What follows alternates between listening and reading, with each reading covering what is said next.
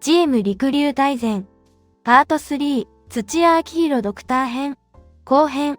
世界一になったペアには、華やかな表彰台の裏で、誰にも見えにくい長い時間と、たくさんの人の献身がありました。パート1では、渡辺トレーナーが、毎日のコンディションと心の切り替えを、どれほど近い距離で支えていたのかを見てきました。パート2では、医療チーム全体が、怪我と再起の時間を、どう支えていたのかを見てきました。そして、パート3、前編では、土屋ドクターが2024年世界選手権の極限状態の中で、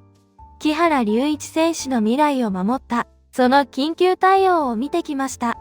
では後編では、その先です。なぜ土屋ドクターは、ここまで選手たちに信頼されているのか。木原選手との関係を、父と息子のようだと言われるゆえんとは、なぜ、危機の時だけではなく、苦しい時間が長く続く時にも、土屋ドクターの存在が支えになったのか。今回はまず、木原選手を支えた電話一本の絆、そして、コーチまで含めたチーム連携、さらにその奥にある土屋ドクターの人物像と仕事の本質へ丁寧に辿っていきます。金メダルを取ったチーム陸流。その裏で行われていたのは、ただ倒れた選手を救うだけではない、長い時間を支え続ける、静かな医療でした。それではここから9分間ほど、温かいお飲み物でも片手に、陸流を支えた、見えない力の物語を、ゆっくりご覧ください。第1章、怪我との戦いを支えた、電話一本の絆。土屋ドクターの支えが、よく現れているのが、木原選手が、腰椎分離症で苦しんだ時期です。この時、木原選手は、拠点のカナダにいて、日本のチームドクターとは、物理的には離れていました。それでも、土屋ドクターは、遠く離れた場所から、支えを続けていたといいます。近くの専門病院を紹介する。電話で状況を細かくヒアリングする。症状の変化を確認しながら、無理をしていないか、どこまで進めて良いかを見守る。この電話一本のやりとりは、単なる連絡ではありません。怪我をして先が見えないとき、選手にとって大きいのは、体の痛みだけではないからです。このまま戻れるのか、また同じように滑れるのか、無理をしていないか、そうした不安まで含めて、誰かが見てくれていると思えることが、前を向く力になります。2024年の世界選手権で、木原選手に発作が起きた翌朝、土屋ドクターが電話をかけると、木原選手は、元気ですと明るく元気に答えたと言います。この一言が、周囲をどれだけ安心させたか。そして、そのやりとりが成り立つほどの信頼関係があったことも、非常に大きいと思います。単なる医師と患者ではない、親子のようだ、と言われるのもわかる気がします。緊急時だけではなく、苦しい時間の間も見えないところでつながり続けていた。その関係性が木原選手を支えていたのです。第2章、コーチも絶対の信頼を置いたチーム連携の力。土屋ドクターの仕事は選手だけに向けられたものではありませんでした。チーム全体を動かす中心でもあったのです。2024年の世界選手権で木原選手が表彰式の寸前に倒れた時、現場に混乱と動揺が走りました。優勝争いをした大きな大会の直後、メディアも待っている。他の表彰者も待たされている。本人は搬送され、詳細はまだ整理の途中。そんな中で必要になるのは、現場全体が同じ情報を共有し、同じ方向を向くことです。そこで大きかったのが、土屋ドクターの診断と共有でした。ブルーノ・マルコットコーチは、その診断と処置を信じ、木原選手の気持ちを代弁する形で、以下のようなメディア対応を行いました。木原選手は、自分の義務を果たせないことを、非常に申し訳なく思っています。そして、優勝したディアナとマキシムを、直接祝福できないことを、とても心苦しく感じています。ですから、私から2人に、陸と龍一に代わって、お祝いを伝えさせてください。この言葉は、ただの事務的な説明ではありません。木原選手の人柄も、状況の深刻さも、両方を伝える言葉でした。そして、その背景には、メディカルチームが迅速に状況を把握し、チーム全体へ共有していたことがあります。つまり土屋ドクターは、選手の体を見るだけではなく、チームが崩れないように、チーム全体が結束して、まさに、チーム陸流として、緊急事態を乗り切ったのです。ペアーとしての絆だけではない。コーチ、メディカル、周囲のスタッフが一つの方向を向く。その中心に、土屋ドクターの信頼がありました。第3章。土屋ドクターとは何者か、父のような距離感。ここで改めて、土屋ドクターがどんな存在なのかを見ておきたいと思います。土屋ドクターは、2010年からフィギュアスケート日本代表のチームドクターを務めてきました。三浦璃来選手や木原龍一選手にとっても、怪我の診断からドーピング管理、日常の体調相談までを一手に引き受ける、まさにリンク裏の守護神です。ただ、ここで印象的なのは、その関わり方です。土屋ドクターは、選手たちの集中を妨げないよう、近づきすぎず、離れすぎずという絶妙な距離感を大切にしてきたと言います。これは簡単なようで、実はとても難しいことです。近づきすぎれば、選手は息苦しくなる。離れすぎれば、異変を見逃す。特にフィギュアスケートのように、練習や試合で、心身の波が大きい競技では、この距離感が非常に重要になります。必要な時にはすぐ手を伸ばせる。でも、普段は選手のリズムを邪魔しない。この姿勢こそが、多くの選手が土屋ドクターを信頼してきた理由なのだと思います。陸流にとっても、それは同じでした。医師として管理するだけではなく、必要な時にそっと支え、選手が競技に集中できる環境を守る。土屋ドクターは、まさに近くにいる安心そのものだったのです。第4章。救うだけではなく、見抜くこと。土屋ドクターの仕事の凄さは、ただ倒れた選手を救ったことだけではありません。もっと大きいのは、見抜く力です。選手が苦しんでいるとき、その原因が何なのか、疲労なのか、呼吸器なのか、別の急性症状なのか。この見極めを誤れば、処置もその後の競技生活も変わってしまいます。トップアスリートの現場では、選手本人ですら自分の異変を正確に把握できないことがあります。実はこの1年、木原選手はフリーの練習後に手が痺れるなど、酸素が回っていないような感覚を覚えていたといいます。それでも本人は、練習不足でスタミナが上がっていないのだと思っていた。そう受け止めて、止まることなく、走り続けていました。だからこそ、その場で冷静に見立て、必要な処置をし、次につながる判断をする人が必要になるのです。土屋ドクターは、陸流の物語の中で、まさにその役割を果たしました。未知の症状に名前を与える。危険を危険として見抜く。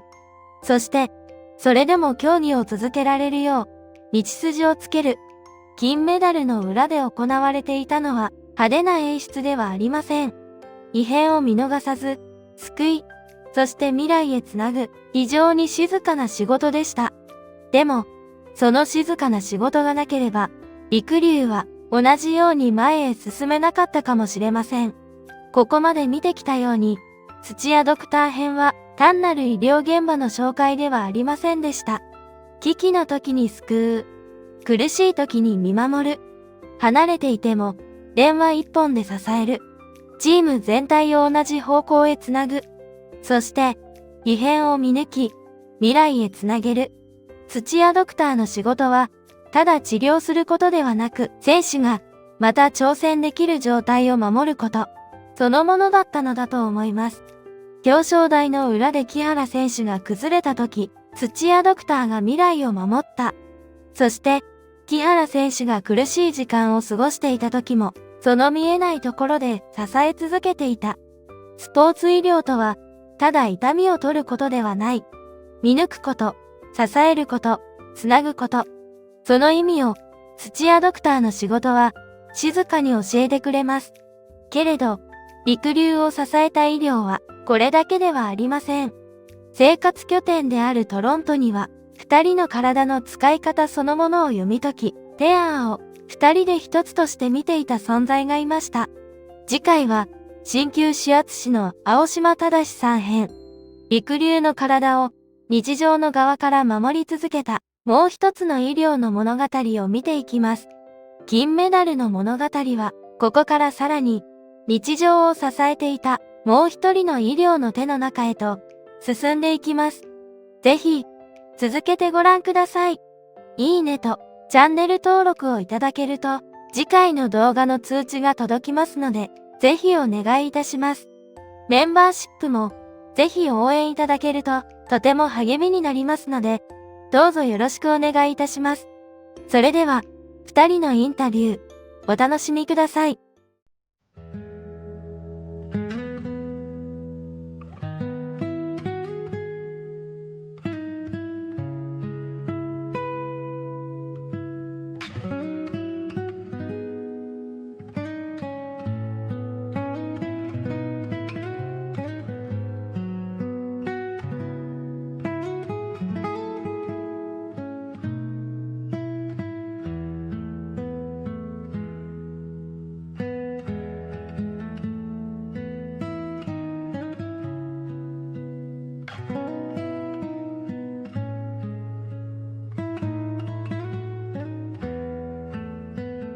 練習お疲れ様でした。現地に入ってのこのコンディション、現在の調子などはいかがですか？そうですね、今シーズン一番仕上がってきてるかなというふうに思ってます。木原選手どうですか？時差もないので、疲れも感じずいつも通りの体の動き方をしているので、しっかり練習できてきて自信もあるのでいい感じかなというふうに思います。その後腰のコンディションなどはもう今どうでしょう？はい、順調です。よかったです。お二人にとっては馴染み深いカナダでの開催で、ちょっとトロントとモントリオールって雰囲気が違う部分っていうのもあったりするんですか？今回そうですね、モントリオールはフランス語圏内なので、でも私たちよく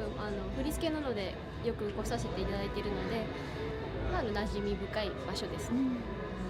カナダ開催というところ、思い入れの深さなど今回ありますか？どうでしょう？なんだろう、4年前はその大会自体がなくなってしまったので、ものすごく悲しかったんですけれども、こうしてまたカナダで開かれるモントリオールで開催される世界選手権に2人でまた戻ってくることができて本当に嬉しく思います。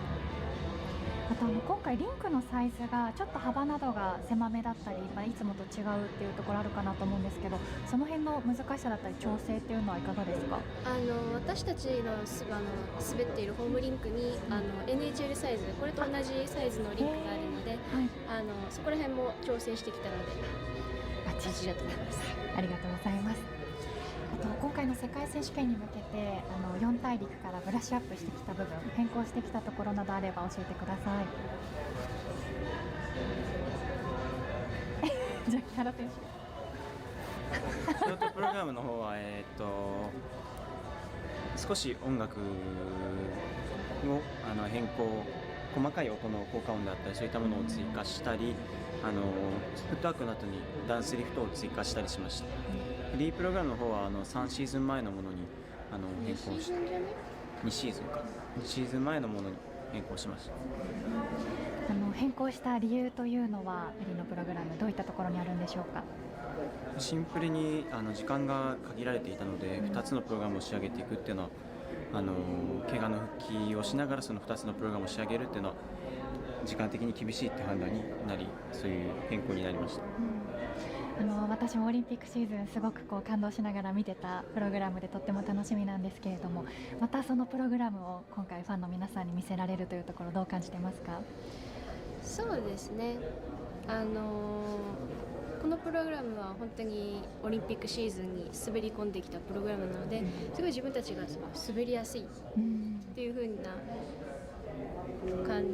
じを感じながら滑ってるので、そのなんだろう、なんていうの、その気持ちよく滑ってるとこを見てほしいなって思います。選手そんな感じですか？そうですやっぱり2年間そのプログラムを滑ってなかったんですけれども、やっぱりオリンピックシーズンまでに滑り込んできたその回数が多かったので、体が自然に覚えていて、本当に戻るまで時間はかからなかったですし、なんだろうね、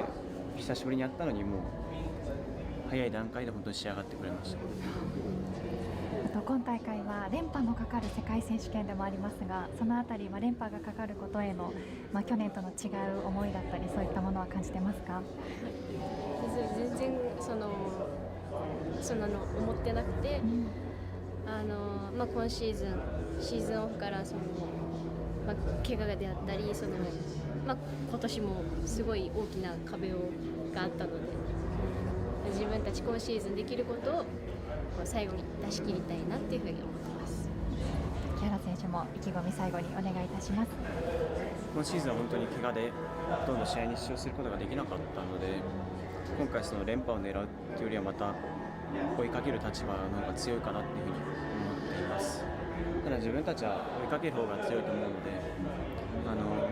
守りに入っている時はそのコーチからもお前たちは強くない、常に攻めてるからお前たちは強いんだというふうに言われてきたので、